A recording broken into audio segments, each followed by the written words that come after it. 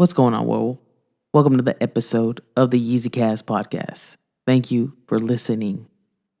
I know for a fact that we'll have a lot of new listeners because of the certain subject we'll be talking about. Thank you. We appreciate each of you. About a year and a half ago, me and Kenny started this podcast.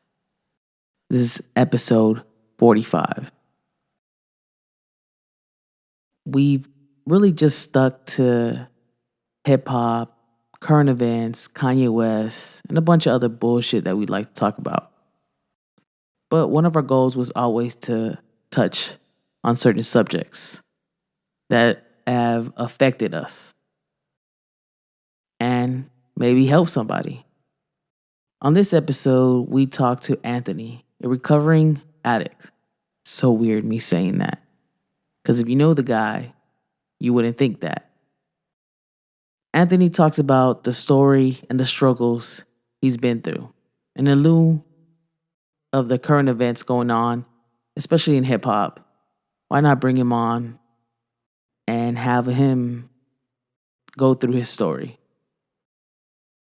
Maybe him sharing his story with a bunch of y'all, hopefully, it'll change somebody's life. If you know somebody that's struggling through any addiction and maybe can relate to us, have them listen to this story. Have them listen to Anthony. It could change their lives. At the beginning, we'll be just talking hip hop and some music stuff here and there. And then we'll get into Anthony's story. Like I said, if you know somebody struggling, please have them listen. I hope you like this episode, guys. We're going to talk about porn on this one? Nah. Okay. I saw your fucking... What did you show me that he put up the other The day? Instagram thing. About Pornhub? Yeah. Somehow we always end up talking about porn. No, I don't always send them. Yeah. And when did I tell you? I saw you. Oh, yeah. We just had a conversation about what was the most popular porn. And did you tell Kenny what John called you the night of the draft? No, what did he call me? No, when he was not called you, but when he was like, "Hey, get out of the corner and stop looking up the hub. Yeah. your sister's feet." Yeah. That's stupid. All right, let's. Let me grab it. And let's go. Clear Jersey's here. Some dudes got problems with me over there. You don't do it like some people. What? That's so disrespectful. You gonna do this to Joe? Hey, he picked this song. Is this the one from Mean Girls? They were playing in the party? And I came with a ton of money. Lindsay Lohan shit. This chick's when a man frontin' on me. This is for Jersey, bro. Jump off, got a ton of For Jersey. One named Tasha, one named Monique. One's deep it out, keep her makeup tight. She got a good heel going with a Jacob Ice. In my little club, so she stay up night. And she give me praise just the way I like. One's real ghetto, don't give a reason. She know I'm not a man, she don't rip out cheating. Joey only go to her crib on weekends. Y'all ready? Late when the kids are sleeping. Let's get it. It's the season, no more Let's start BS the music. Watch and podcast. learn, see us do this. Reach this new. I'm really happy for you. I'm gonna let you finish. I just told you who I thought I was. A guy. Ain't no hold up. I am the number one most impactful artist of our generation. I am Shakespeare in the flesh. Walt Disney, Nike, Google. George Bush doesn't care about black people. But Beyonce had one of the best videos of all time. Okay. So 201-973 JC Brick City. We got Jersey in the house. Paxton, Elizabeth, Orange, load them up, and let's go to war. Oh yeah, I forgot. Internet soldiers.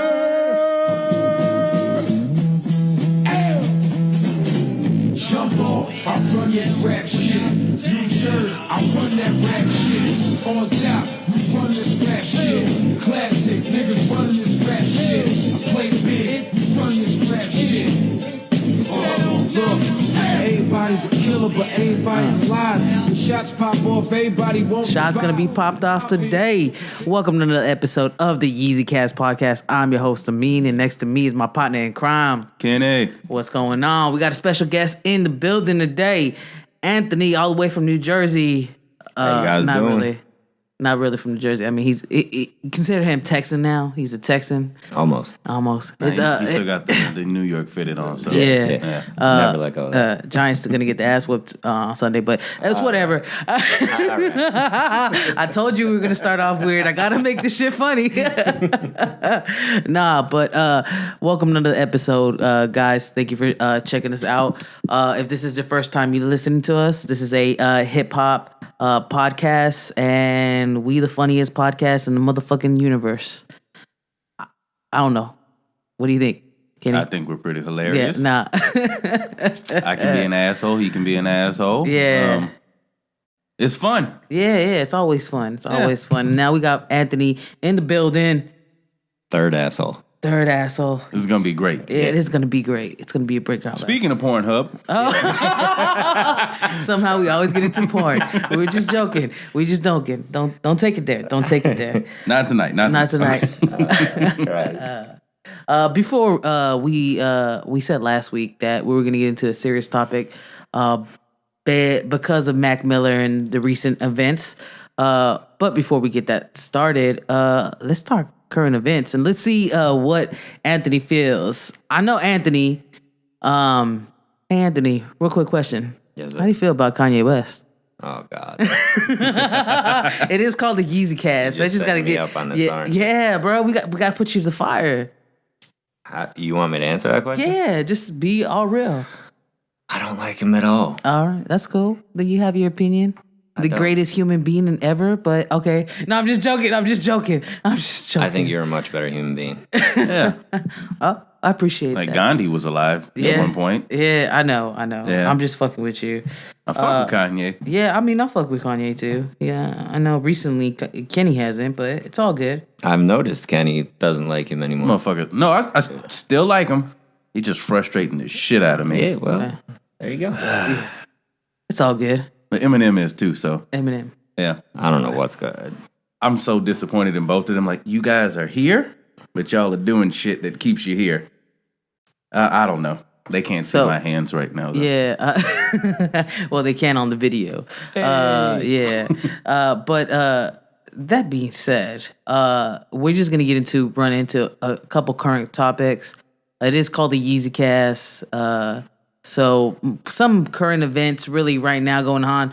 I wouldn't say nothing major except what Kanye's doing, what he's been saying for the last couple of days. There's been major things. There's been Kanye and there's been Eminem, really, in hip hop. And then State of the Culture, but nobody gives a fuck about that shit. Yeah. I was going to try and watch that podcast last night. And Yeah, no, I mean it's just trash. I don't know, whatever. Remy Ma, maybe, I don't know. I'm not feeling it. But Kanye, and I'm gonna talk to Kenny mostly right now. If you want to, Please chime in. Yeah. So Kanye basically is moving back to Chicago, starting another album, and then doing another album with Chance. The fuck's going on? Is he leaving his wife finally? I don't know. I don't see Kim living in Chicago. I'll chime in and say no on that as well. Yeah. So I don't know. Maybe part-time, maybe Monday through Wednesday, and then Wednesday or Thursday through Sunday he's in LA. I don't see this shit working Right? at all. I don't know what the fuck he's thinking. There aren't enough cameras in Chicago for Kim. So Yeah, I don't no. see Kim making that transition at all. Maybe for his kids. I don't know. I don't know what the hell's going on with him. Kanye doesn't know what the fuck is going on. Yeah. But the album news with Chance, I'm excited about that. Hopefully Chance keeps Good him ass job, right? from making bullshit like I'm a sick fuck, I like a quick fuck, I like my dick sucked. Like Yeah. that bullshit. Yeah. I mean, it's a different culture. It's not. No, different. it's It's not. different. It's retarded. It's different now. I don't West get it. has no business in the studio with a guy named Lil Pump, Yeah. whose biggest hit is literally him saying Gucci Gang, Gucci Gang, Gucci Gang, Gucci Gang over and fucking over again, and a motherfucker with rainbow hair. Yeah. How does New York 6ix9ine. feel about that guy?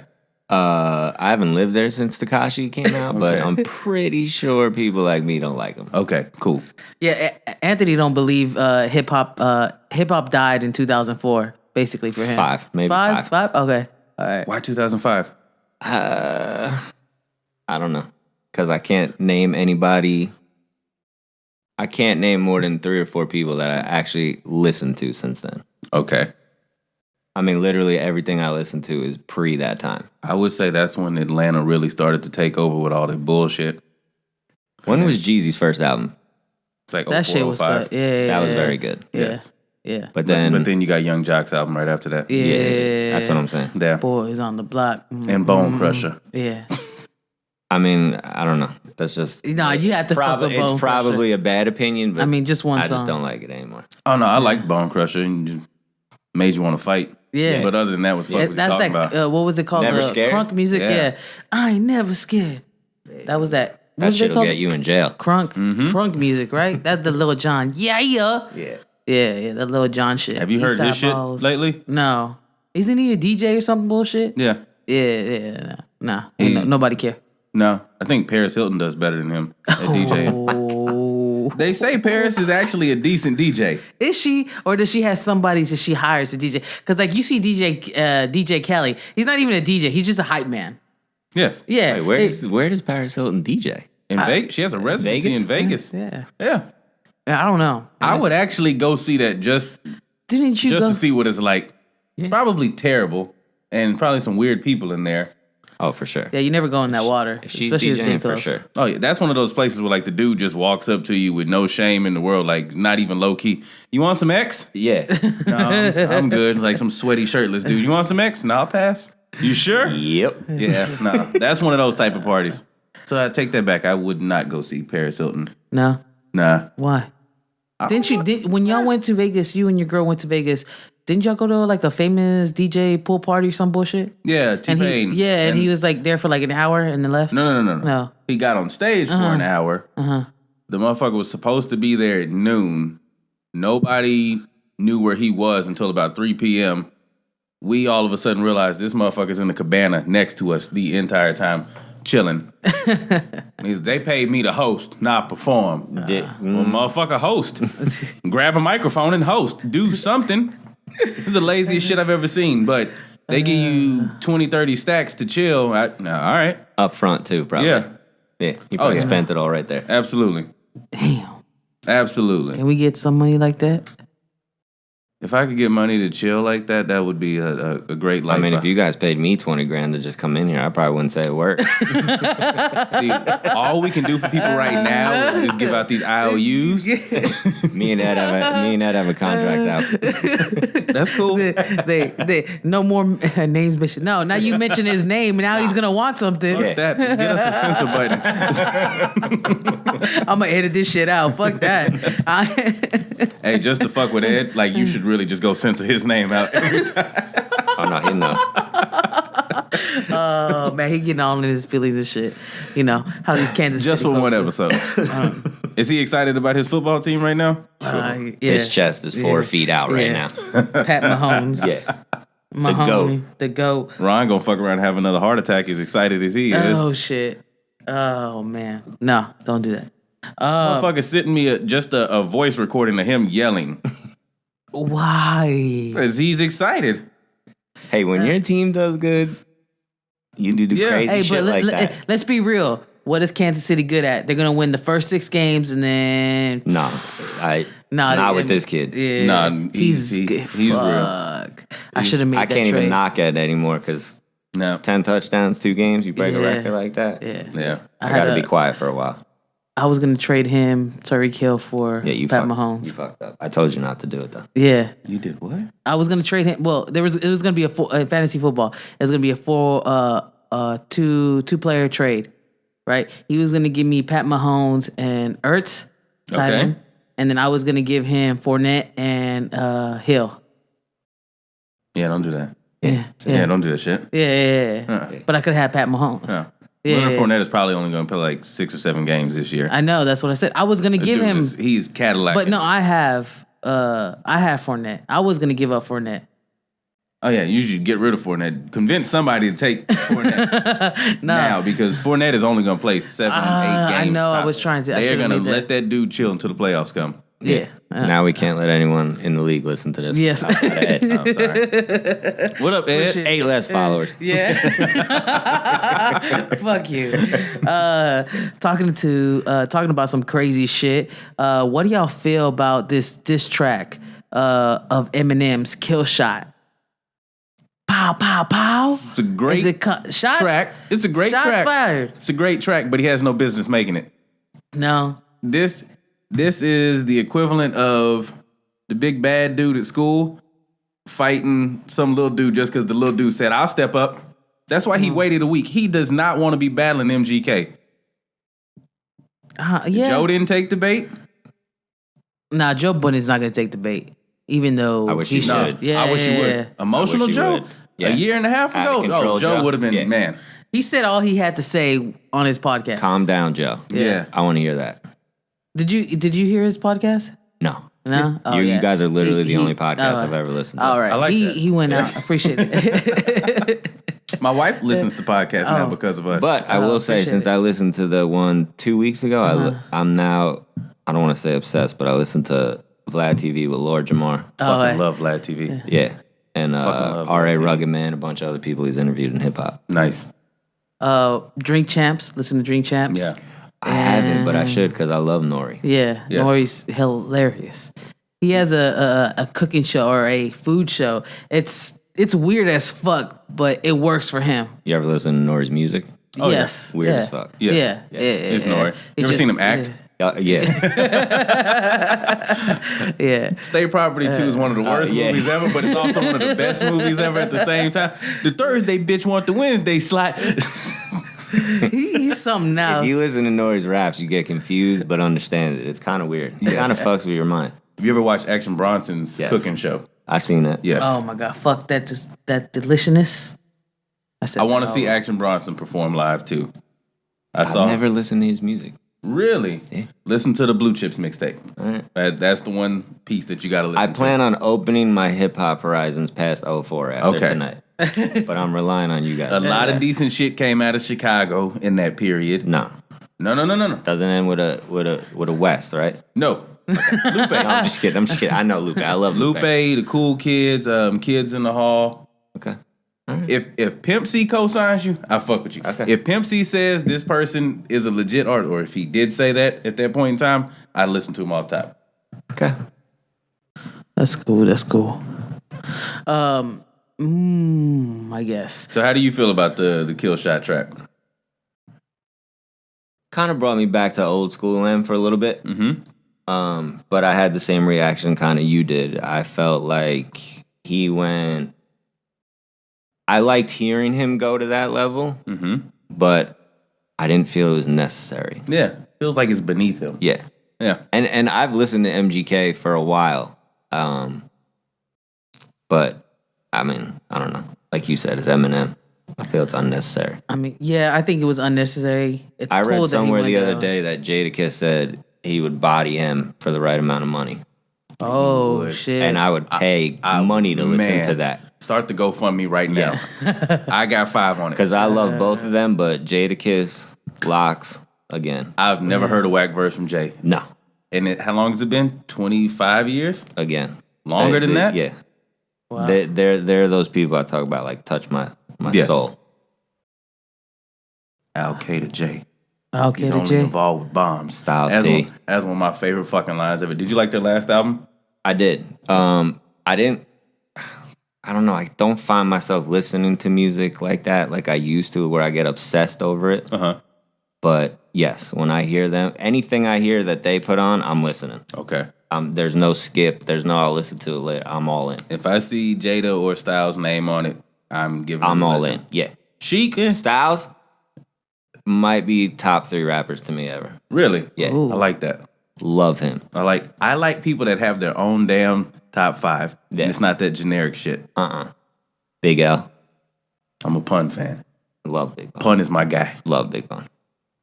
again. I like him. 04. I like this guy. 04. I told you I would get along. I like this guy. Yeah, old school, old souls, old souls. Cutoff date. Yeah, right.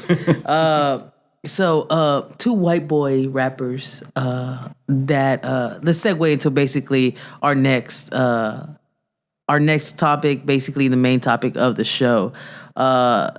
We talked about two white boy rappers, right? And then we're gonna talk about Mac Miller. But Eminem, a lot of people have known he's abused drugs.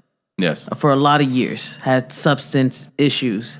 And then recently Mac Miller is passing away over an overdose. So we brought in Anthony because what would I say? Addict expert. Addict expert? No, I'm kidding. Nah, I didn't know what to say. If you ever get into counseling, Yeah. Do you do counseling? No. If you ever get I would into love counseling, to. you should like get it. I will print a shirt for you that Yeah. says addict expert. No, what everyone else calls themselves, recovering addict. Okay. Yeah, and so basically the topic we're trying to basically educate and inform people of what's going on and why this stuff happens, and how you should just watch yourself, or if you need help, get help. And so we brought Anthony on because he's been recovering almost 5 years now. Next month. Next month. Oh, nice. Good job. Thank you. You know, as far as I known, Anthony, he's always been the stand-up guy. He might have, had issues in the past, but as recently, I've known him for 3 years. Mad respect for him. It's very weird having these conversations with him because it seems like he's always had his head on right. You know what I mean? But then you have you start having these conversations with him, and then you realize like, damn, this dude has been through a lot. And it kind of levels you, and he kind of scares you away from these things sometimes. You know what I mean? Like I'll be having these conversations, and then almost tearing up, and I'm like, fuck, I'm never gonna try to even touch any of this shit. There's just no whole point, right? That's not why I do it, but No. Well, yeah, it affects people, man. I mean, if you could, you've always mentioned you would like to go into counseling and shit. So, I mean, if you're doing the same thing for me, imagine what you could do for somebody else. Just have a conversation with them and helping them out. yeah, I've never thought about going into counseling per se. It sounds too, I don't want to say cliche, Right. whatever, but I just want to help people, Right. save people, whatever you want to call it. Yeah. And I think a lot of us want to do that. I know Kenny, he has a passion in trying to help people and encourage people and basically just get them past the struggle that they're going through. Yeah. And basically, what do you think is the main struggle somebody has to start using? Is it like self-confidence or? I mean, so you guys can ask me anything you want, and I'm going to answer it based on firsthand experience because I don't tend to speak for other people or generalize incidents. Me personally, I just happen to be around older people when I was younger. And, the first time I drank or smoked weed, I was like 11, 12. Yeah. And you just, it sounds stupid, but literally to fit in because you're hanging out with people doing it and you don't want to say no. Gotcha. So when did it sort of get away from you and you made the transition of the harder stuff? Well, I started doing hard drugs. I'm not going to say experimenting, doing when I was 16, Okay. 15, 16. Out of hand is a whole nother story. Okay. So There's levels, believe it or not, to this that I went through. Yeah. Yeah. I can imagine. And I'm trying to find a picture of what I looked like before just to give you an idea, but I can't seem to find it, but go ahead. So you said you started experimenting around 16. What Yeah. type of stuff did you start experimenting with when you first got away from weed and drinking? Or added on to the weed and the drinking? Coke, X, Shit. acid, Acid. yeah, Damn. mushrooms. All right. Pretty much everything in the dictionary besides crack and heroin. What personally what what led you to that? I mean, yeah, you said you're hanging around older people, but was it something? Well, by that time, it was different. All right. I moved out of my house when I was 18. Okay.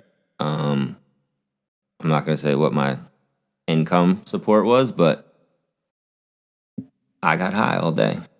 Gotcha. Smoked weed, drank. And when I say high, I can mean alcohol, drugs. It doesn't matter. To me, high is high. You're not in a normal state of mind. Correct. Gotcha. Okay. That was an all day, every day, eye open, eyes closed type thing. Damn. Yeah. So did anybody try to stop you early on when it was just like partying and? No, that's the thing. I mean, and I wish I had my other best friend here because he could attest to it because we went through it together.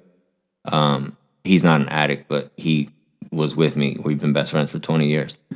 I never was out of control. I would get out of control if I drank too much, like I got in trouble a lot. Okay. But I could literally walk into a party, and he'll tell you this, do a line of cocaine and not touch it again for the rest of the night, where everyone else is scrounging trying to get it. I may drink, I may smoke something again, but never did I get, I'll say, hooked on those types of things. Okay. I could take X for a month straight on weekends for all weekend and not touch it for 6 more months. So really and truthfully, what it was then was just you chilling and partying. Pretty much. I mean, my thing was, believe it or not, Amin probably won't believe this, but I have an issue socially. Okay. I'm a lot calmer now than I used to be. I know. See, I told you. He doesn't believe that I'm nervous 24/7. But back then, when you're 17, 18, 19, 20, you want to come off as confident. You want to come off as you don't give a shit, whatever you want to call it. I couldn't do that without alcohol, some sort of substance in me. Now, once it hit me, I was fine. And that's probably what a normal person would feel like. Mm-hmm. But I needed to do something. Gotcha. To not feel like I had the walls caving in on me all the time. This was an anxiety sort of thing. Okay. Honestly, I've been there before. Like I said, he doesn't believe that 9 times out of 10 when I'm in a social setting, I'm nervous as shit. Yeah. That's why you appear to be well, because your mind is always on. Ducks on the pond. How do I make sure that I'm looking right to these people? How do I make sure that I'm speaking right to these people? How do I make sure that I'm doing this right in front of these people? Like, you don't stop thinking about it. So you're always on your P's and Q's because of that. So the funny thing is then I would get high and be thinking, fuck, they're going to know I'm high. And now I got to cover this shit up. So I was double fucked at the same time. So when did it ever get to a point where it was because of depression? More so than anxiety or anything? Yes. So tell me that story. So this is, now we're at level 10 out of 10. This was, so Percocets, painkillers are what brought me to my knees. Okay. Those fucking things ruined me. How's that? They were the first thing that I got addicted to. Okay. So, when I say that, I've always been an addict, alcoholic, but I'm talking like junkie. Okay. I know you can you tell me the story how that started? I know you told me the other day. So, okay, I used to own my own company with a partner of mine, staffing and catering company, and we used to do a big kosher event every year for Passover, Jewish holiday. Okay. And we would stay at a hotel for 10 days straight and work anywhere between 18, 24-hour days. And I had stopped drinking because I thought I just had a drinking problem. So I stopped drinking, and I bought 75 Percocet 5s with me because I said, I'm not going to drink, because we would drink all day. I'm talking 6 a.m., vodka, orange juice, work. Yeah, I mean, just out of control. I don't know how we functioned, but we were great at it. So, excuse me. I brought 75 Percocet 5s, and Only took them periodically while I was at work, just because, your feet hurt, whatever, you're tired. And a kid who I worked with who was a friend at the time introduced me to Perk 30s, which are like the strongest version of Percocet. Shit. They're little, they're blue, they look fantastic, they look like M&Ms. And you take them and, still right now, I get goosebumps just talking about them right now. Man. I took a half and I was floating, we used to call it. Like, felt like you were walking on clouds. Shit. And then that spiraled 5 years later to, I don't know how long you want me to talk about it, but yeah. Stealing, robbing, doing everything possible. Waking up every second thinking about getting high, what you're going to do to get high. That bad? Yeah, nightmares. Like literal nightmares. Damn. Can you take us through some of that? So that part of the journey? For instance, and Amin can attest to this, I'm a half hour early for work every day, and I've worked there for 3 years. I hold myself very accountable to things like this. If I couldn't get high before I was going to work, I was calling out of work.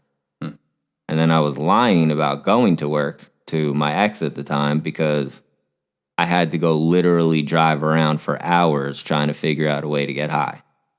How was I going to get the money? Where was I going to get the shit?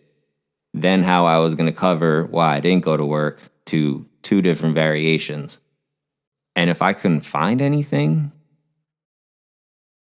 imagine having the flu, shaking on the floor, and the only thing that's going to make you feel better is that little blue pill. Damn. And it's an obsessive chase. When did it get the worst, though? Probably the last 2 years. Literally, like,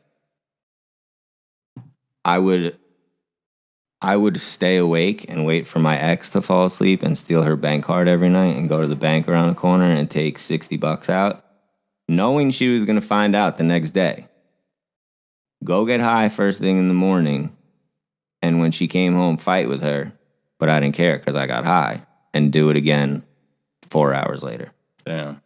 I would steal, like, literally, you become a master manipulator. Like, I would find That's why he's good at selling. Yeah. I would find... It's probably true. I would become friends with people or acquaintances with people just because I would look at you and be like, he's dumb enough to give me money if I can make him trust me. Damn. And I could do that in probably an hour. Make you trust me enough. But wouldn't that give you, like, anxiety? You know what I mean? Bro, that's the problem. He didn't care. Yeah. The anxiety becomes... You talk about anxiety on a level of like what we were just talking about. Imagine that times 100 because you have to get high. And then if you can't get high and you look like absolute shit and you have to explain to the people around you why you look like you're 5 seconds from being in a grave because you're so pale and you're sweating, but yet you're freezing. It's a fucking nightmare. Literal nightmare. So did you get hooked on anything besides the Perk 30s? There's so many variations of painkillers. There's Percocets, there's Dilaudid, there's Tramadol, there's now fentanyl, which I fucked with back then a little bit. Okay.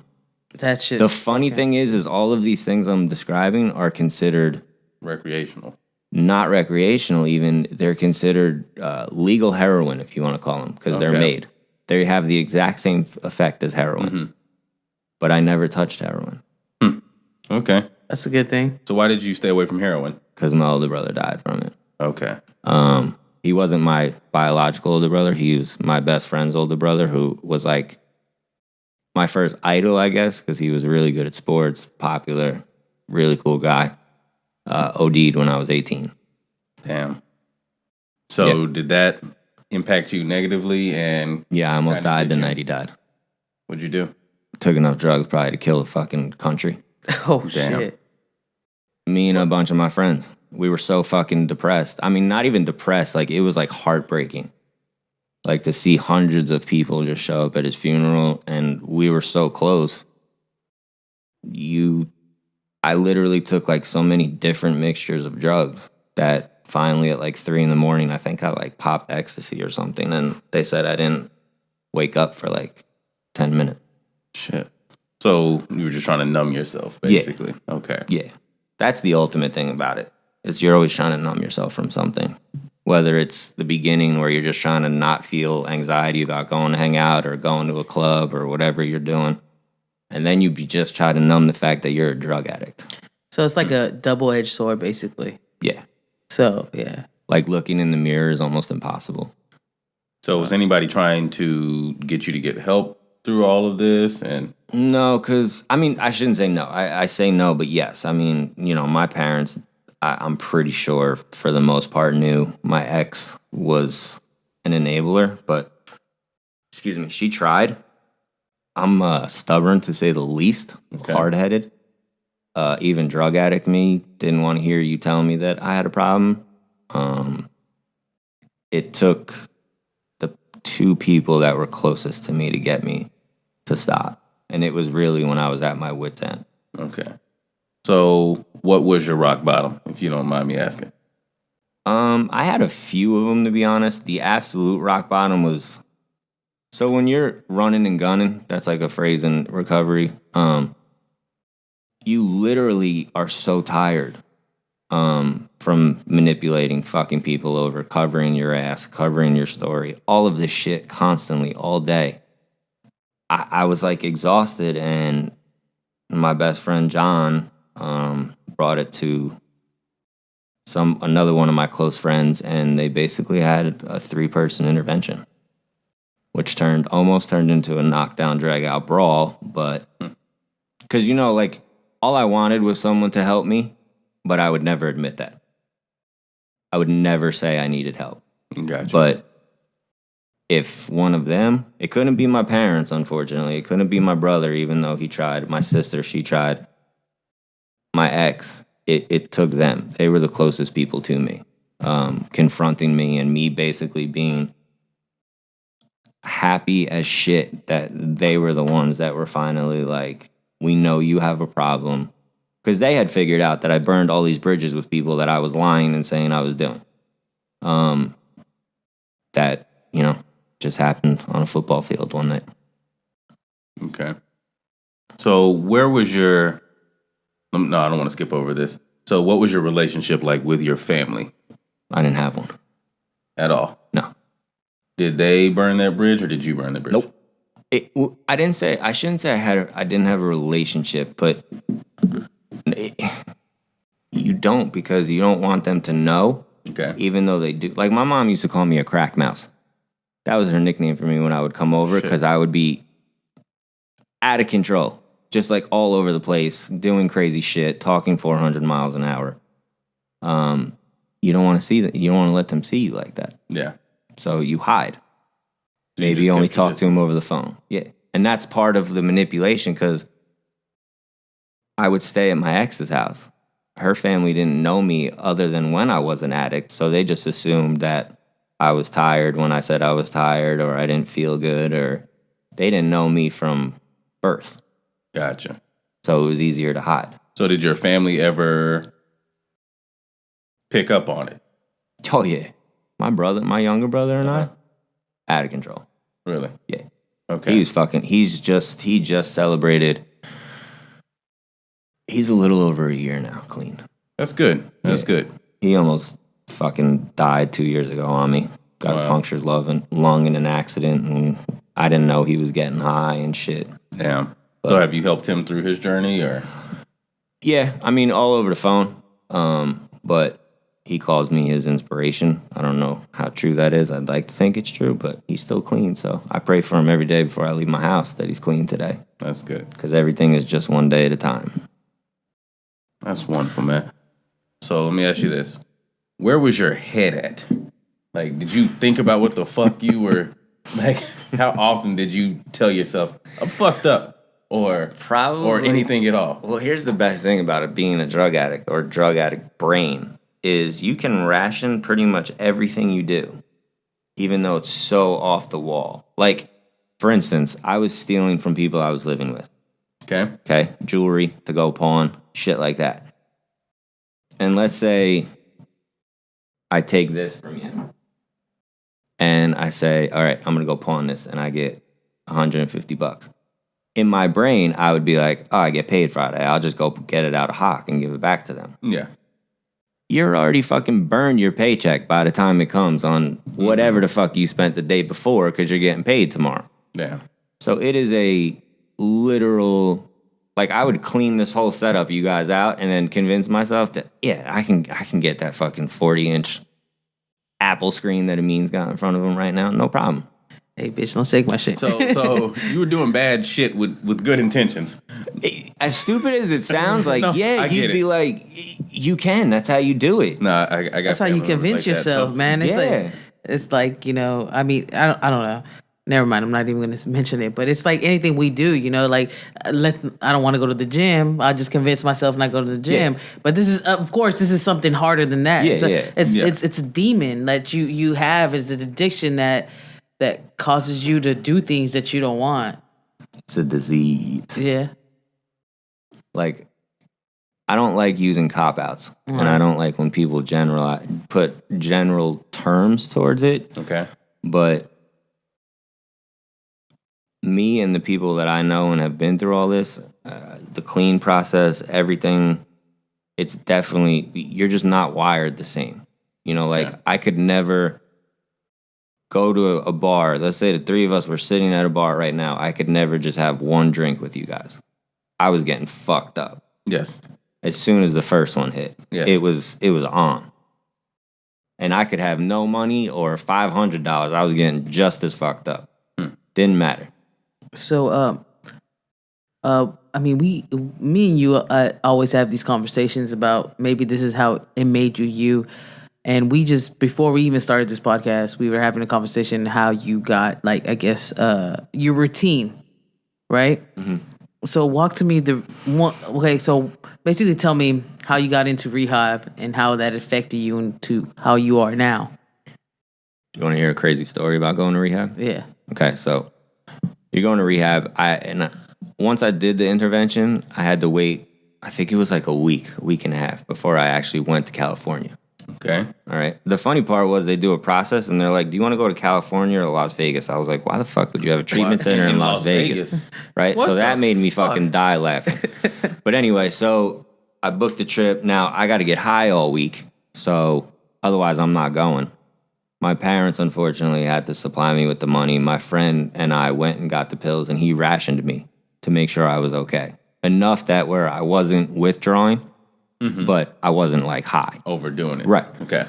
So the night before I go, they let me just get whacked out of my mind for the last time. I get on the plane. My best friend John drops me off at Newark Airport. Get on a plane. The route is Newark, South Carolina, San Diego. Okay. Simple enough, right? I get high as shit, get on the plane, land in South Carolina. I'm fucking skipping through the airport because I'm high as shit at 5:30 in the morning. And I get to the gate and it says canceled. Oh, fuck. And I'm like, this can't be fucking right. Like, this has to be the flight before me, right? So I go over to the fucking desk. I'm like, excuse me, ma'am, is this the gate for San Diego? She goes, oh, your flight got canceled. The plane got hit by lightning. I was like, you got to be fucking kidding me. And she's like, no, we have to take precautions. The flight's been canceled / delayed. Now, here I am, high as a kite in South Carolina with no money, no cigarettes, nothing. Right?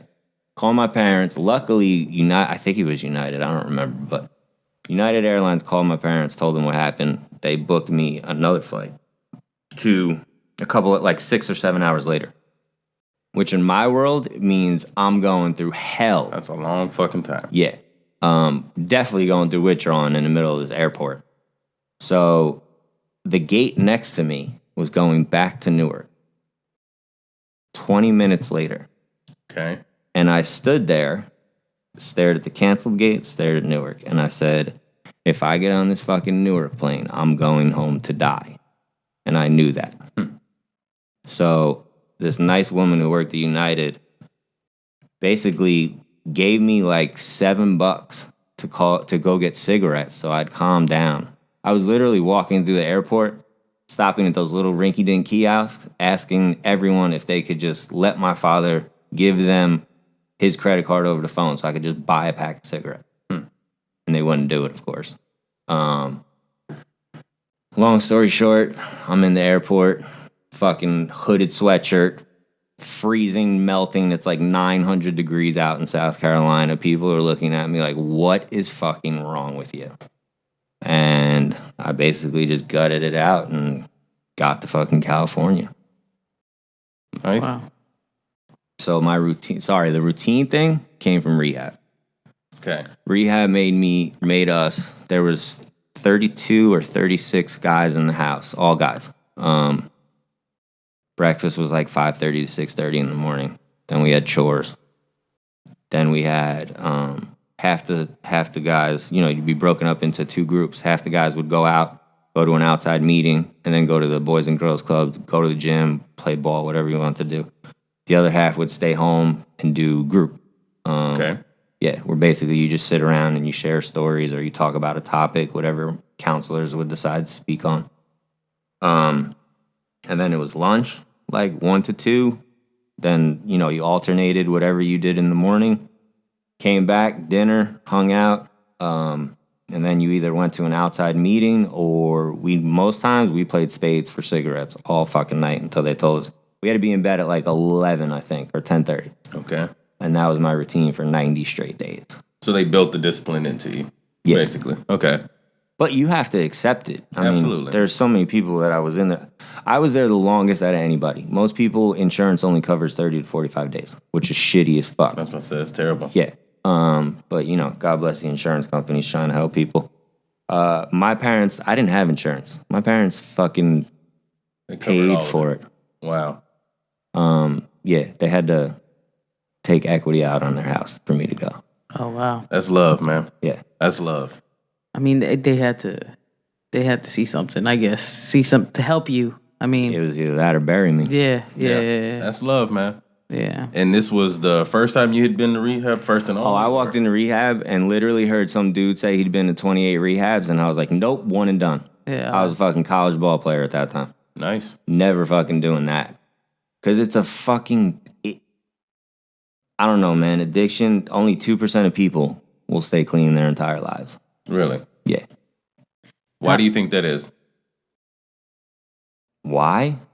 Or what do you think some of the major factors as to why people go back to it after fighting to get clean? Because it's easy. It's an easier life. Nobody likes doing hard shit, in my opinion. Oh, I shouldn't True. say that, but I mean... That's true. And it's hard for me to say that as an addict because I'm 5 years clean October 6th, but I'm literally one bad decision away from being a fucking junkie again. So to say that it may come out as fucked up, but... I don't know. I think that's completely fair. Yeah, I mean, I have one of my closest friends who will be listening to this in California and sharing this with everybody. So, me and him are the only ones that were in rehab together. He was only a 45-dayer. Funny as shit, he got sent to our rehab because he was on, I think it was Judge Joe Brown, and he was so fucked up that they basically covered his stay. They sent him there. Oh wow. And we met there, and I mean, we became really close, and me and him are the only ones that are still clean. So was it your mindset going in there that you said it's one and done, or is it a flawed system, or is it just willpower at the end of the day? All the I was above. about to say all I mean, the of it. system, like I said, the insurance only covers 30 days. Let me give you a quick overview. When you get clean, and the first 30 days, literally shit's just leaving your body and your brain's turning back on. And when I say back on, I mean like you somewhat think like a normal human being. Somewhat. By day 45, which is when most people stayed, you're barely able to function outside of that place. And then next thing you know, they kick you out, not kick you out, but send you on your way. Insurance isn't covering anymore. Go ahead, get out there, be somebody. Damn. So do you? It's all a fucking money scheme. I was about to say, Yeah. do you feel like people are set up to fail? Yeah. I feel like most of the things set up in America or just the world in general are set up for people to fail so they can keep generating money Yeah. in whatever avenue it is. So It's all a scam. if you could set up a rehab program, would you have a minimum amount of time that you... Fuck yes. What would that be? Minimum? Yes. Dead minimum? Yes. 90 days. Okay. And that's me staring at you and looking basically at your willpower, how you handle situations that I would generate. Okay. Like I came out of rehab 4 months later, one of my close friends overdosed in front of his kids. Shit. Yeah. Life doesn't stop. You with having so many people around you that have had this. Damn. Yeah. It's okay. I told you, fire at will. No. That's. I have quite a few family members, and Amin can tell you, I got quite a few family members that struggle with it. I just went and saw one last week while I was up in Dallas, and not doing good at all. At all. That's the norm, bro. Yeah. 2%. This is what scared me. I was sitting in a group of 36 guys, and my counselor comes in. I love her to death. Lisa, if you ever hear this, I love you to death, still to this day. She came in and said, 2% of you will stay clean. So 2 out of 100. And I looked at her. Have you ever seen the movie The Program? Football movie? Yes. Omar Epps? Mm-hmm. And I just said, I ain't no statistic. And that was when I made my mind up. That you were going to be part of the 2%. Yep. I like it. I was like, fuck that. I'm not doing this. No way. So with you keep talking about people around you that had that issue and passed away because of the same issue. Mm-hmm. Was it the culture you were raised in? Was it the neighborhood? No, I grew up in white suburbia. I know, but so what? There's no correlation for you think, or it's just everybody was doing it, so you did it, or they did it, and then it becomes an addiction. I don't know, man. Like the kids I grew up with, we were just nuts. Mm-hmm. We didn't give a shit. But I think honestly, 2 things. One, addiction doesn't give a fuck what you are and where you're from. Right? Yeah, It does not. I agree. Right? The other thing is these suburban families, homes, whatever you want to call them, they're fucking bullshit. Right. You know, like everything, at least where I was from, and don't get me wrong, I wish I can make enough money to raise my kids there because it's the perfect place you want to raise your family. But it's so, like, judgmental. Mm-hmm. Like, I remember when I got in trouble for, I was drunk one night, got in a car, almost killed the cop, assaulted a cop, ran into him with my car. Yeah. And all you worry about is your name being in the paper because everyone else is going to look at you as An embarrassment. Yeah. Or disappointment. Fuck that you have a problem. Mm-hmm. You know. It's something he and I have talked about. It's people who who are raised in that environment a lot of the time.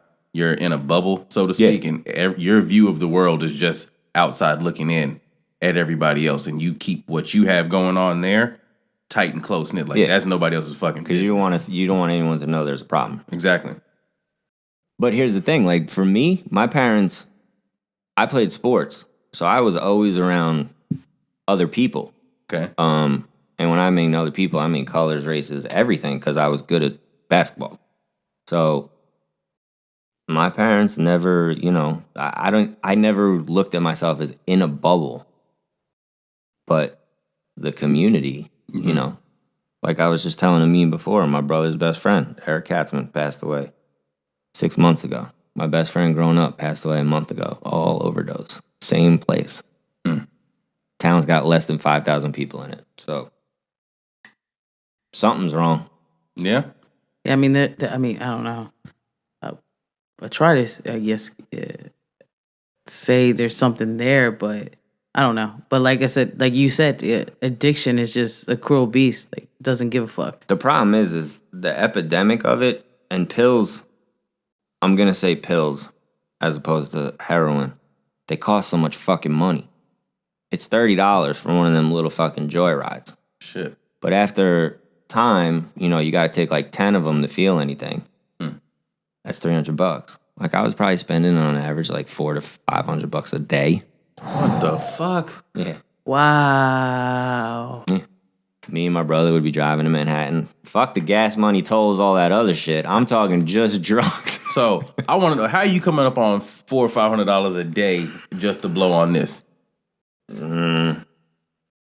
Like I said, Don't incriminate anything. yourself. So. Like honestly, like you take a 14 karat chain like I'm wearing, you probably get like $400 or $500 for it.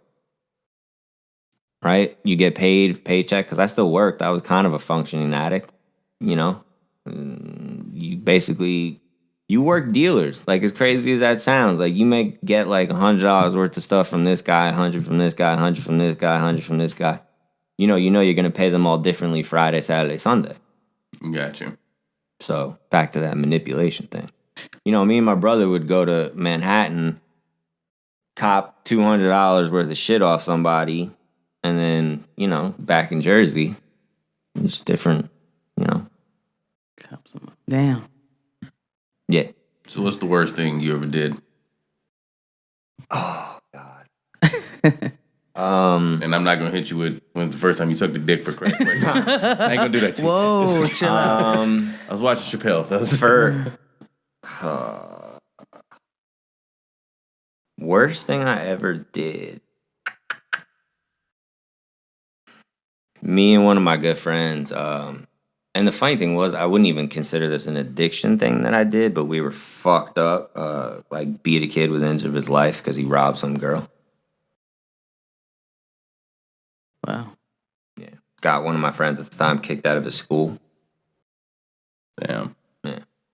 And I say that's the worst because it's just... It almost took you somewhere that you wouldn't be able to come back from. Yeah. Big trouble. I got you. But like if my parents ever listen to this, they've never heard that before. But other than that, I mean, worst thing I did was fucking rob from people who trusted me.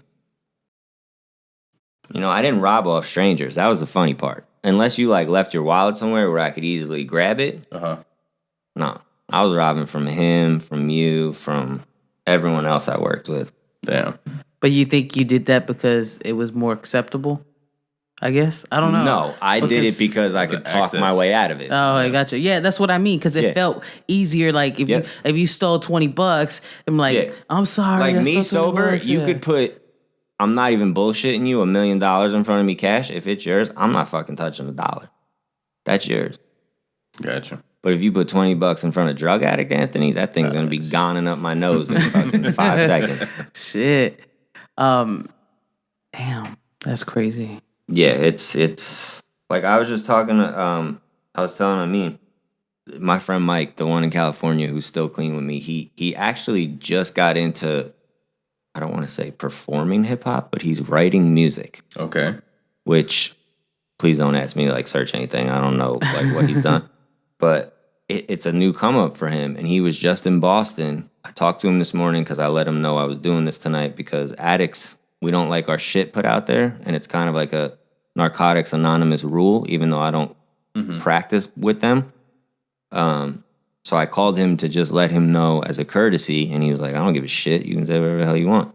But he told me to tell you guys, like, he was in Boston performing and he had a hard time. And he's 5 years clean a month after me. Just because in that setting, it's all around him? He said he couldn't imagine being a celebrity and being clean, alive. That's what he said. So that's what I was going to touch on that next because, well, two things. So you talked about your ex at the time, and the real reason that we've even gotten into this discussion is because of Mac Miller. People attacking Ariana Grande, all that stuff. So what role... I'm a person who believes that people should be self-accountable at all times. That's where growth starts. It's a huge part of staying clean. Be self-accountable. Yep. Own your shit. Yep. So what part of that is on Mac or yourself and the ex? I mean, my ex, I know she tried, but again, I'm such like a, I don't want to say like a big personality, but I'm so strong-minded. It takes somebody on my level to even crack into my brain. So I don't know the ways of their relationship per se, but like my fiance now, my wife, the woman who's about to birth, I tell her everything. Everything. I could literally be walking out of my house to go pick up fucking milk, and I call her and tell her. Okay. There's a level of accountability that you have to hold yourself to. Yes. And there are times where I'm like, you know, me and her will fight about, I may say something stupid like, I don't know, I'm going to buy a pair of sneakers, and she'll say something to me, and I'll be like, but I'm not like going out drinking or anything. And she's like, yeah, but do you really need to buy that shit right now? Addict me is like, yeah, I need to. I need to go buy something. But she's like, come on, like we're having a baby. And it's like, yeah, you're right. Like 5 years later, I still have the brain of probably, I'll give myself an 18-year-old, a normal 18-year-old. Okay. Even though I'm about to be 37 on Saturday. So, happy birthday, man. Yeah, thank you. And congratulations on your child coming too, man. That's a big deal. Appreciate it. Thank you. I'm excited. It's a great time in your life, man. Yeah. So that little stress. Shit, man. Yeah. It is. I'm trying to find this goddamn picture in my phone. Those are blessings, man. Those are blessings. So your fiance now was not with you at any point during that. So do you think it's harder for her to fathom you, or does she have a full understanding of it? You've given her the full scope of it?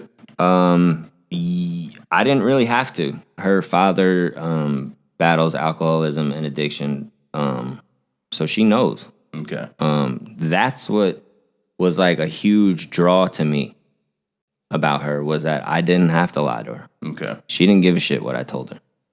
She didn't care. She's from she's polar. She's from Elizabeth. I'm sure you heard people say Elizabeth, if they're in hip hop, it's a bad place. And she's from there, and she's tough. She holds me down. That's what's up. She's my rock when I'm not. That's what's up, man. That's what's up. So let me ask you this, because you've alluded to it a couple of times here. So what part did faith play in overcoming all this? I'm not a religious person. Okay. I'm a spiritual person. Okay. I talk to God in my own way. It's what I believe in. Like I said before, I don't leave my house without kneeling next to my bed and praying. Usually it revolves around, I don't pray for me to be clean anymore. It's about my brother, making sure he's okay. Obviously my fiance and the baby. And then I literally just ask for what I feel that morning. Like I could be feeling anxiety. I could be feeling impatient. I could be feeling anger. Just please help me relieve this and let me get through the day successfully. That's what's up. But they teach you in NA and AA to have a higher power. Yes. Right? That higher power could be anything that you choose to make it. Yep. So the whole God thing, a lot of people don't use that as their higher power. No. Higher power could be their daughter, could be their mother, could be their best friend. I mean, everything I do is for the people that I consider family. Yes. So that's my higher power. That's what's up. You know, don't get me wrong. I believe in God. I love God. God's been great to me. But he can tell you I'm very similar in that way. So just to let you in, both of my parents, my father was a crack addict when I was a kid. My mother struggled with alcohol shit up until probably just a couple of years ago. Yeah. I used to not touch anything at all. Anything at all. And then I got to a point where I lost somebody that was very important to me, and I started slipping. Mm-hmm. And what got me back on track was, one, holding myself accountable, and two, becoming spiritual. Yeah. And like this dude, he knows I'll stop in the middle of this shit and just start praying if I feel like I need to. But I say all this to say, I never got that bad. I certainly had moments, but because I had witnessed so many people, and I have always been a self-accountable person, first and foremost, I know when to stop myself. It would get to a point where I would say, I need some fucking help to somebody that was willing to fucking help me. And I would stop, and then me and him have conversations about it. I'll have a conversation with it about another close friend who has struggled with drinking quite a bit. And that's what keeps me there. I'm not going to say there aren't weeks at a time where I feel like I'm drinking way too fucking much. Like I'm waiting on my girl to go to sleep and I'm just getting shit-faced. Like I've been there. But what always brings me back to it is my faith. Yep. Like it's important. Like I feel like people misunderstand that word because most people are just they got followers. You sitting in a church pew. Yeah, most people are just followers. They're there because other people are there. Yep. What is your reason for being there? There's nothing wrong with being there and believing in that, but do you actually believe it for your own sake, or are you only in there and believing it because everybody else is here believing it? Why are you there?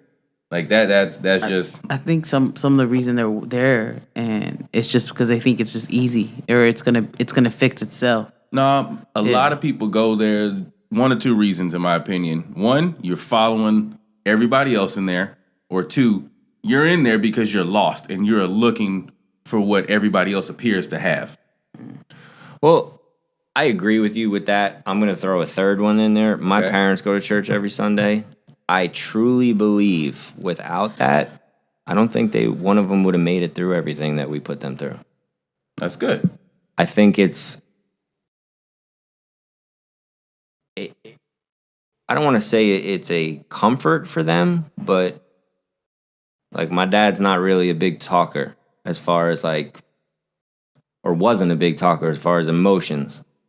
That is most likely the way that he relieves himself of that. Okay. Because my parents aren't addicts.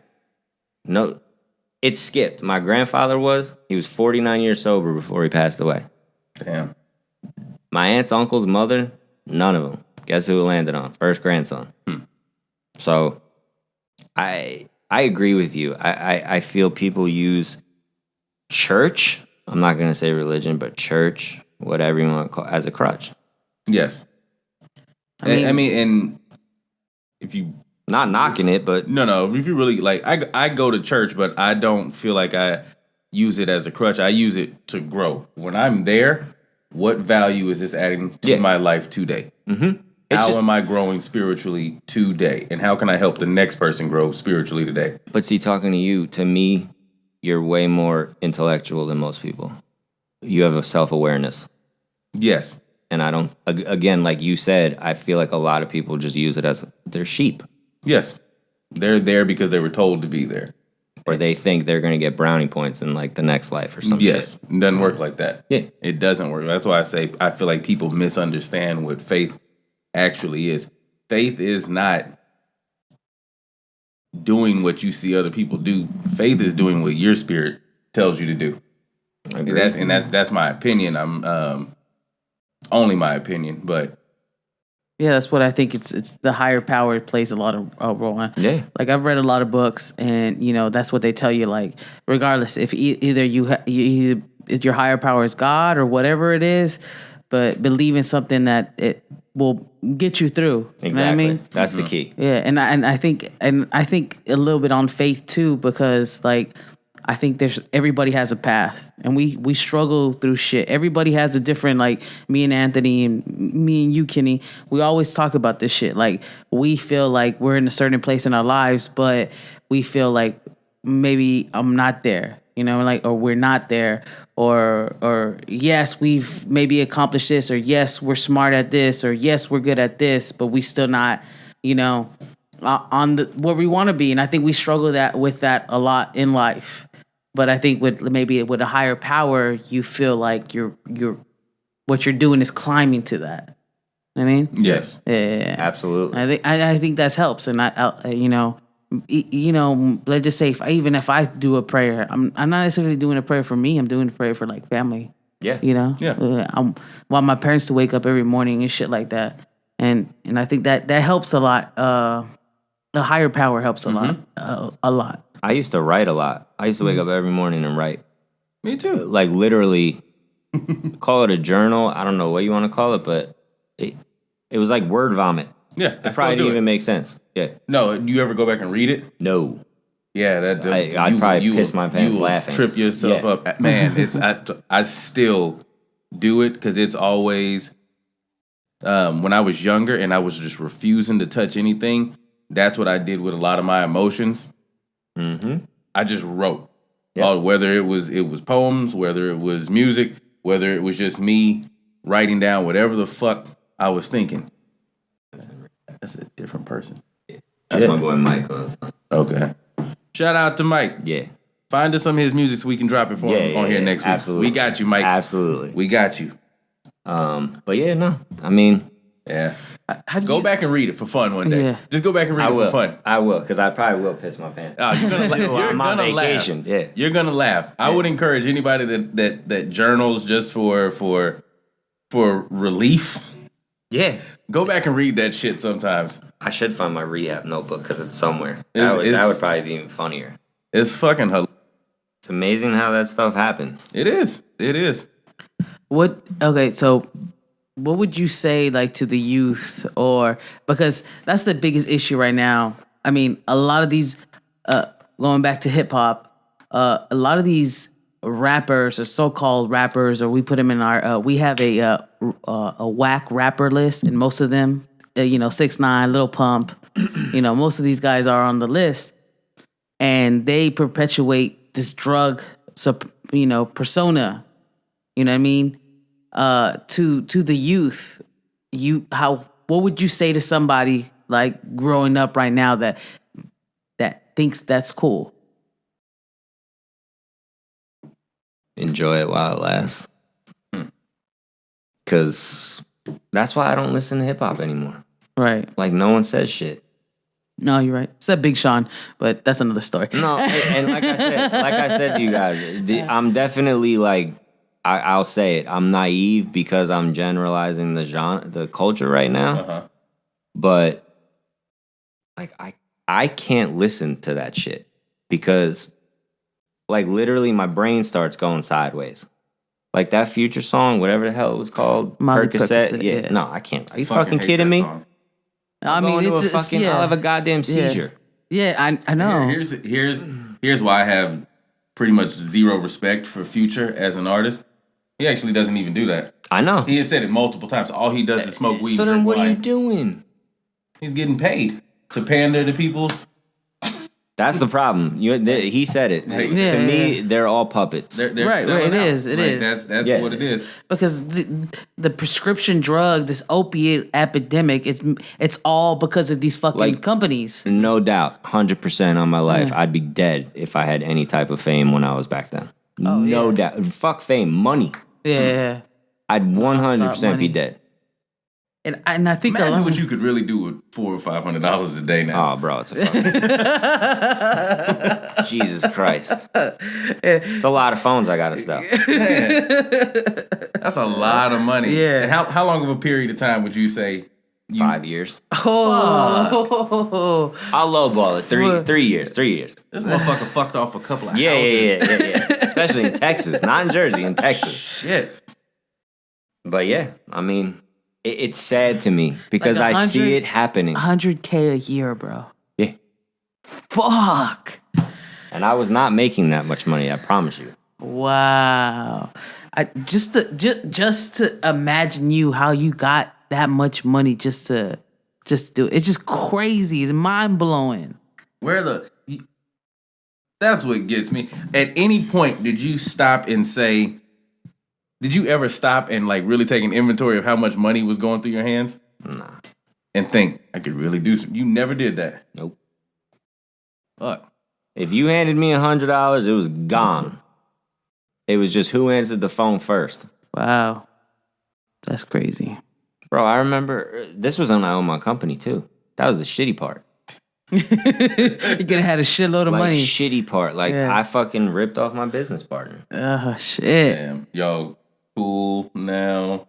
I don't talk to her anymore, but not because of that. Because when I moved here, whatever. Yeah. But yeah. That's crazy, man. I remember getting a $3,500 check from a job, and it was gone in 3 days between me and my brother. Wow. Fuck. That's crazy. That's all you can say. That's Yeah, Because, yeah. well, no, here's the thing. Like, this is what happens. Like, let's say, this is how it works. Let's say Kenny and I are fucking junkie brothers. Kenny's got the Connect, but I got the money. So now I got to buy Kenny's in order to get his Connect. So Gotcha. my $200 now is at $400. That's how it goes. Yeah.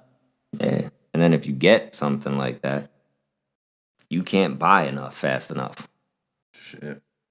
And then, of course, you ration it like, yeah, this will last me for, 2 weeks. Fuck that. That shit is gone by Monday. That's crazy. So I do want to time out. We can't just blame it all on hip hop, even though No, I don't blame any of it on hip hop. they're driving it now. But that's always been like, you think about 80s glam metal. They like made cocaine the thing. Hip hop, actually, to be honest with you, got me out of way worse shit. Yeah. Like, kept me from Hip hop saved your life. Yeah, Lupe. It's one of my favorite songs. But literally, I mean, and as fucking, Mobb Deep, Lox, Wu-Tang, all of them that I grew up with, those motherfuckers just talking Yep. got me through so much shit. Because I mean they speak on experience. So I think that's one big thing, and this is why I like having you on, because yes, another addict listens to this. Like you said, how many addicts in America? 19 million. 19 million. Even if 1 million listen to this, or even if one life, yeah. Just give me 1 million for a meal. Yeah. Even if one, bro, like even if one changes their life by listening to this, and I think that's what a lot of people are missing. They want to relate. You know what I mean? Like, let's just say I see somebody that's a millionaire at the age of 29 and did it in a year. I think I could be a millionaire. What's the difference between me and him? He's 29. We went to the same school, And I think when people hear situations like yours, they're like, they can do it. Well, the thing with it, like, being in that place is you think you're alone. Yeah. Right? You don't realize that there's so many people. Like I said, I was talking to my boy this morning. The National Narcotics Anonymous convention is in San Antonio this year, in January. Again, I don't practice that. I don't do the group thing. It's just not me. I don't knock it. It's wonderful. It saves people's lives every day. There are national conventions in San Antonio, so I'm going to go because the kid who I was in rehab with is one of the guest speakers. See people who I haven't seen since I've been there. Right. But, bro, that's all I want to do. Like, I could sit here and have a phone ring all fucking day and night and just help people get through situations. Really? Yeah, I couldn't be happier. You wouldn't even have to pay me to do that. Set it up. I don't know how. I would love to fucking figure it out, but I'm not smart enough. That's what he's for. Yeah. Nah. Yeah. I need 100 million. No, I'm just Yeah. joking. I'm not Nah. smart. I mean, No. yeah, that's why like when me and him talked about having you on here, and then me and you had a conversation. You listened to our podcast like 3 weeks ago. Yeah. And then you were like, don't give a fuck what people think. Yeah, fuck And that. then you were like, you were like, but add more substance, you know what I mean? And then that instantly clicked, and I was like, you know what? And me and him been talking about that. We were talking about another podcast that we were gonna, show. But I was like, fuck it, why not now? Especially in the current events, and especially you can potentially change somebody's life just by being on here. You know what I mean? Here's my thing. I don't give a shit what you are, right? I don't look at people by skin color, what the fuck they do. If you're real, in my opinion, Yeah. you could look like fucking Frosty the Snowman. People will listen to you. Yep. And so I know I finished off with like giving advice and shit, but there are a lot of people nowadays deal with anxiety. You know what I mean? And that's To me, not to cut you off, Fucking broad, that word, fucking yeah, word. Yeah, that word drives yeah. me You gotta crazy. stop that bullshit. Cause like that's but the that's thing. my thing. Like I agree. I think anxiety, it is a broad word. Like that. I'm not just saying. But a lot of people, especially the youth, like 25 and younger, the millennials, they think that everything's anxiety and they need something. Everything is But an what excuse. Everything is a fucking excuse. Everybody wouldn't. I'm not gonna say everybody. That's too broad. Yeah. In today's climate, Close. people have shit damn near. Yeah. In today's climate, there's a fucking excuse is a bad word to use, but there's a reason given to why everybody experiences what they experience. I call it the participating and trophy. what they've convinced themselves that they're going through. And all they're looking for is validation for their own bullshit. Own your bullshit, man. Yeah. You are 100% accountable and responsible for what happens with you and around you. Right. You are in total ownership of that. And if you can't bring yourself to that point, that's on you. But what it takes is, one, surround yourself with the right people that are willing to check their brother when they got to check him. If you fucking up, I'm going to look you dead in your face and say, you fucking up. Yep. Right now. Like, if you stealing from me, I'm not just going to let you steal from me and sit back and take the shit. Nah, bro. We gonna have to hash that out. Right. But people have to hold the people closest to them. To say you love somebody but not be willing to hold that person accountable is not love to me. Correct. Love is honest. Correct. Oh, of course. Like, you got to tell the truth. If you love somebody, you got to be truthful with that person, no matter if the truth hurts or not. Right. But to stroke somebody's ego or try to validate their feelings by giving them more bullshit to validate their feelings is the wrong thing to do. That's not love. I just feel like You enable people. Yeah. Oh yeah, for sure. And a lot of it is people being enabled. Yeah. There are a lot of young people that you just mentioned, 18 to 25 right now, that keep hearing, you're sad, you're sad, you're sad, you're sad. And the people around them, because all they hear is, you're sad, you're sad, you're sad. Bro, we're sad. Yeah. Let's get high. I know. Exactly. Nah, man. No, yeah, that's why I'm saying But I like that you said that, because this is a platform for you to say that, so they can listen to that. Like, I don't feel like that. I don't believe in anxiety, like that easy anxiety. I feel like you get anxiety if you've gone through shit. Like, a lot of people haven't gone through. You can have a number of different. You can have PTSD from stuff you experience. You can have anxiety issues. You can have issues. The issue lies in not being able to understand first and foremost why you feel that way. Right. Don't let somebody tell you how you feel and then you take it as fact. Why do you feel that way? Understand how you feel. I say it all the time. If you don't know who you are, then what the fuck do you know? Yeah. Right. Know yourself first. I'm cussing a lot because That's my fault. I do that to people. no, it's cool. I mentor a couple of guys at church and I be in there cussing. Yeah. Like, I was like, shit, my bad, man. Yeah. But no, motherfucker, you gotta read like Paul said. Yeah. That's how you have to be. Yeah, be your damn self, man. It's true, and I think that's where addiction strikes people the hardest. Right. Is because you don't know who you are at the beginning. And then, I mean, shit, you're definitely not going to find it fucking on all types of shit all day. Like, I didn't know who I was until I moved here. That's interesting. And they tell you in recovery, treatment, whatever you want to call it, change people, places, things. Okay. So they encourage you to change your setting. Yeah, like honestly, I would have stayed in California if I had so many amends to make back home that I felt like I had to go face all that. Otherwise, I never would have properly healed. Gotcha. So I went home, and I spent a year home, and now I'm here. And moving here with nothing other than me and my girl, you find out what you're made of. Man, tell me about that first year after getting out, especially being back at home. How tough was that? It was tough. Well, no, I shouldn't say that. It was... You have to adjust. Like I said, life doesn't stop. Like, you come out of rehab and you have all this like artillery and you're like, yeah, I'm gonna read the book and I'm gonna go to meetings, I'm gonna go to this, and then someone you grew up with overdoses and dies 3 months after or 4 months after you've been home. And you're like, wait a minute. I don't know. They didn't teach me this. No one told me this when I was in treatment. Especially if you're only in there 30 days. You know, and again, it's accountability.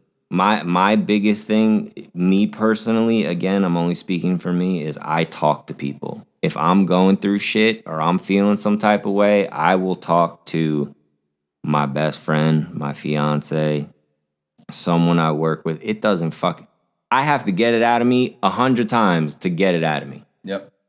You know, it'll be watered down by the 90th.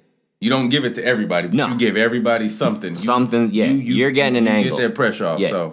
So I use him for that, and I use my wife, and then my guy Anthony. But and see, my brother Chris. That's the thing. Like, I can't talk to people. Like, no offense, I mean, it's hard for me to discuss my past as far as addiction with you because you have an experience. Now, that doesn't mean I won't talk about it with you. Right. But if this was a year ago, first year out, I probably wouldn't tell you. Yeah. Because I would be like, oh, he's going to judge me. He's going to look at me differently. You know, blah, blah, blah, blah, blah. But now I'm like, if you don't like it, you know what you can do. So let me ask you, is something that you do, the people that you talk to, do you open up to them the most about a shared interest or a shared experience with that one person? Like you compartmentalize people? Like you have your guy Mike who you share the struggle with, and then somebody that shared a similar childhood experience? Yep. Because like I said, my girl's father, when she knows I can talk to her about anything. Yep. But my closest inner circle, I don't want to say have all been through shit. And when I say shit, I mean shit. But for the most part, yeah. Yeah. Did you, when you went back home, did you have you felt like you had a better support system? Did they help you out more? Or it was just your mindset? Don't get me wrong. Support was great. Like, I remember when I came home and my parents would be like, you got to go to a meeting once a week. I'd be like, no. Can't do it. Just because it's... Just not you. Yeah, it's just not me. Yeah, gotcha. But, you know, they tried and they thought that's what they had to do as my parents literally were going to... There's this thing called Ar-Anon. It's for parents of addicts who don't understand addiction. Like, when I was finally free of saying I'm an addict, I need help, like, they didn't get that. You know, they're old school. They just think you just stop. Like, just don't do it. What's wrong with you? You know? But then they started going to these meetings for parents and seeing how many kids out there this actually affects. Totally different. They understand, not that they understand what it's like to be an addict, but they realize it's not just stop. There's way more going on with you. They realize that you're really sick. Yeah. I got you. Yeah. But there was help to keep you away from that. I mean, like... Kind of, but again, I mean, it's me. Yeah. Oh, yeah. You know, for like, sure. I have to do that. Like, it's easy for me, literally, next month, 5 years clean. You know how easy it would be for me to just say, fuck it, and turn around and be like, I'm going to go get high. For sure. Or I'm going to go drink. Yeah. It's easy. It's not a problem at all. Have you ever been tempted in the last couple years? Nope. No? Really? Nope. That's good. That's big. The hardest thing I quit doing, which fuck tempted still drives me nuts to this day, is smoking cigarettes. Those motherfuckers are the worst. You thought about vaping? No, please, fuck no. I always tell people, just smoke a cigarette. Be a man. Actually, this is just last week. This guy was telling me that he vapes and he's blowing out that big fucking cloud. Oh, we know. He's blowing out that. You talking about the kid we work with or somebody else? No, this is somebody. This is somebody else. So there's more than these people. There's a fucking army of those dudes. But he's sitting there and he's just blowing out big fucking cloud. And blowing O's, like, man. how long you been vaping? And this motherfucker, I had to. It's the only thing that could get me to quit smoking. Again, and replacement. I just fucking stopped. And I was like, it has nicotine in it still, right? And chemicals? Yeah, but it's not as bad for you. Yeah. Who says? All right. Yeah. Live your life, man. Keep thinking. But come on, man. Natural juices and berries, like coming to America. Shit. I'd rather just put motor oil in it. Oh, shit. It's all replaced. Like, when I quit smoking, I promised my girl when we moved here, I said, I will quit when we move to Texas. And I think I smoked like 3 times when we got here. And that was it. I just stopped. So have you substituted all of that for something else? Yep. What is that? If you don't mind me asking. It's a few things. Okay. It's work. I'm a workaholic. But I look at work as my providing for my family, so I'm gonna bust my ass every day. As you should. Sports, and I don't mean playing, watching, partaking, whatever you want to call it, working out. I'm up at 4 a.m. every day, day off or not, working out. Damn. Yeah. And then like I like to gamble. Which most people would be like, why the fuck would you do that? That's another addiction. Yeah. It's okay. But here's the crazy thing. For a little bit. Again, accountability. That's their fault. That's his fault. They put me on Bovada. I put him on Bovada. Hold yourself accountable. Yeah. Hold yourself accountable.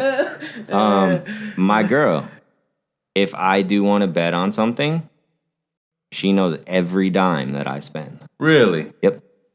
Yeah, no. I didn't get to that. But again, bro, that's how serious I have to hold myself. Because that if I start manipulating that, I'm teetering on going back to old me. Gotcha. Like they say, addiction's a sleeping tiger. I know people that were 29, 30 years clean who relapsed. Fuck. And lost everything in 6 months. Everything. I mean, homeless. 6 months. It goes that bad, like that quick. Because addiction just sits in you, bro. That's why people overdose. People overdose because, and again, I'm not speaking factually. I'm speaking my opinion. You stop doing something for so long, and then you just think you can pick up where you left off, and next thing you know, your body can't take too it much. anymore. Wow. Yeah. Fucking crazy. Yeah, my counselor. Let me Not going to say her name. 29 years clean, lost everything in 6 months. That's sad. Shit. That's sad. That's heartbreaking. Let me ask you this: is because with the addicts that I know and have been around, it's always a lot of excuses. Mm-hmm. Is there anything that you believe is any more addictive than anything else, or is it all about the behaviors and the accountability? Like, would you say crack has more of a hold on you than alcohol, or? Well, here's the shitty thing about alcohol. It's socially acceptable. Yes. So, no. I just think you're fucked any way you go. Yep. You know, it doesn't matter. Like I said, I never did crack, never did heroin. But I did enough for everyone else, you know, to every other drug. Mm-hmm. So, no, I mean, the pills are just what happened to bring me to my fucking knees. Gotcha. You know, they were the ones that, again, I replaced drinking with that, and it was an easy way for me, because my job at the time was physically, I'm not going to say grueling, but, you know, you're nonstop in catering. Mm-hmm. You know, you're running, you're whatever, carrying shit. You're fucked up by Monday. And then you find that little replacement, forget it. You go work all day. You're a goddamn superhero. Until you don't have it. Crazy. Yep. So, as we're gonna wrap it up, any advice you have to give before you finish this? Any wisdom, basically, or something you would have done different? You have the floor. Don't be afraid to say you need help. You're never alone in this shit. I don't care where you are, who you're with. I promise you, somebody you know. I'm sitting next to Kenny. I've never said more than 20 words to him.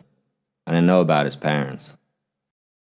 Somebody close to you is going through it or has lived it. You're always literally just one word away from getting the help you need. And when you get that help, you fucking hold on to that shit like it's your last breath. And you hold yourself accountable every day. Every day. There are times I feel like a fucking bitch because I have to tell my girl, hey, I'm going to spend $20 on a fight tonight. And I feel like a pussy doing it because that's just my pride being stupid me. But that's how I've been clean for 5 years. You know, so don't be ashamed. It is what it is. And if you have a problem and you need, you know, you're struggling, bro, talk to somebody.